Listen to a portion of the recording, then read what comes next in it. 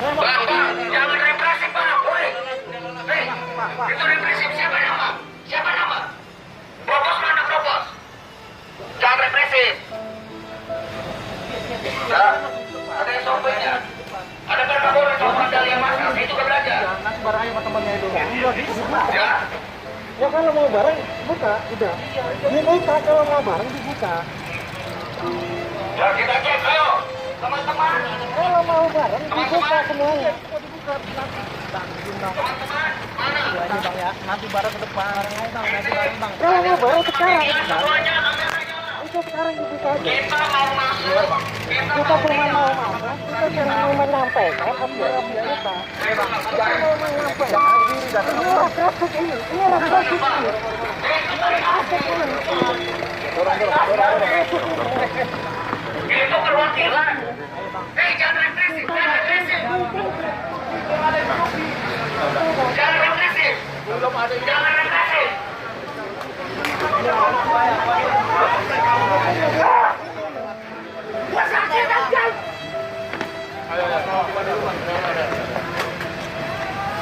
Saya tanya hari ini, polusi udara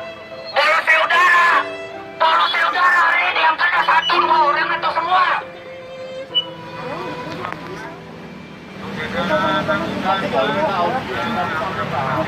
Kami sudah menyampaikan berkali-kali.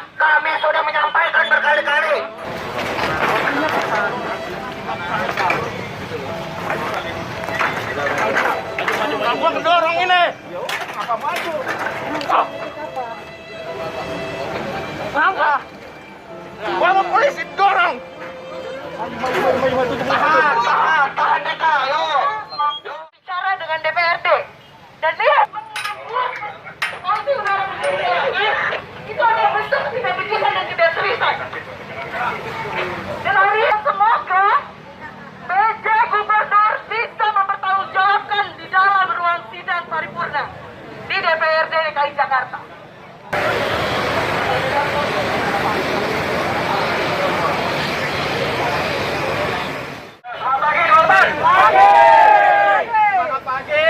Jakarta punya tiga persoalan hebat yang gak pernah terselesaikan dengan sepeda.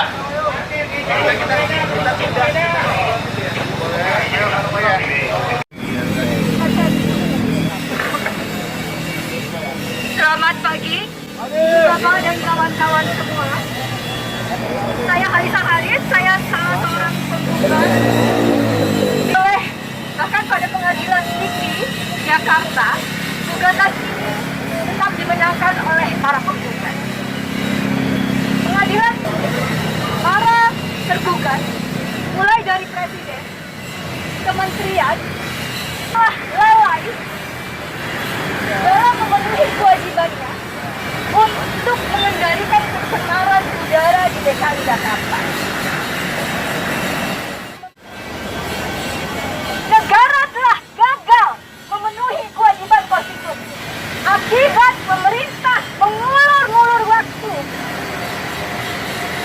untuk khususnya orang-orang yang sensitif terhadap kesehatan, khususnya anak-anak. Akhirnya ingatkan pada pemerintah untuk lebih baik patuh dan menjalankan perintah hukum untuk mengingatkan. Dan terlebih kita tahu proses yang mengulur-ngulur waktu untuk menjalankan perintah pengadilan mengendalikan polusi udara di DKI Jakarta berakibat pada semakin memburuknya kualitas udara di DKI Jakarta. Kita tahu ya bagaimana kualitas udara di DKI Jakarta semakin hari semakin buruk. Sebenarnya ini udah kesekian kali, dan kalau kita ingat gitu, setidaknya sejak kami dimenangkan oleh pengadilan, itu paling kita hanya menikmati udara yang lebih baik itu 1 bulan. Selebihnya udara kita itu kotor.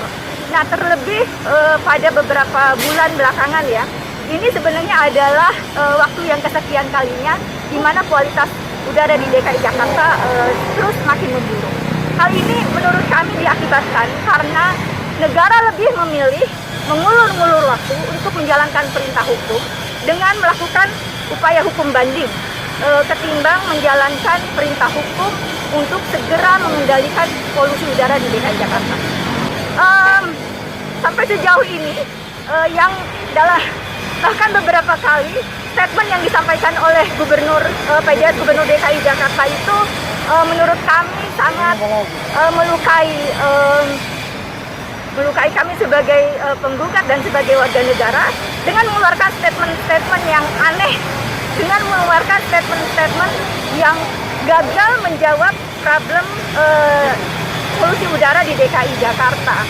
Mulai dari nanti saya tiup aja sampai sebenarnya upaya-upaya yang telah disampaikan, tetapi sebenarnya jauh dari bagaimana bisa mengendalikan polusi udara secara komprehensif dan sistematis.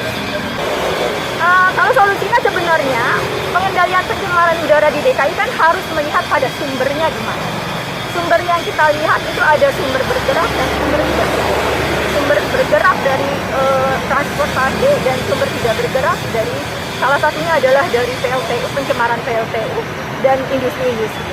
Nah, selama ini setidaknya pada beberapa hari belakangan ada rapat terbatas Presiden dan jajaran kementerian, juga pernyataan-pernyataan yang dikeluarkan oleh Gubernur DKI Jakarta maupun Dinas Lingkungan atau Kementerian Lingkungan Hidup. Itu intervensinya sebagian besar berada di kita, di warga. Yang itu sebenarnya sudah kita lakukan. Misalnya, ubah gaya hidup, gunakan public transport. Siapa sebenarnya yang nggak menggunakan public transport? Yang tidak menggunakan public transport itu pejabat publik. Kita semua menggunakan public transport gitu. Dan semua langkah-langkah survival kita ya untuk bertahan dari polusi udara. Ini yang menurut kami tidak mampunya melihat sumber dari polusi udara dan kemudian mengendalikan sumber dari polusi udara itu.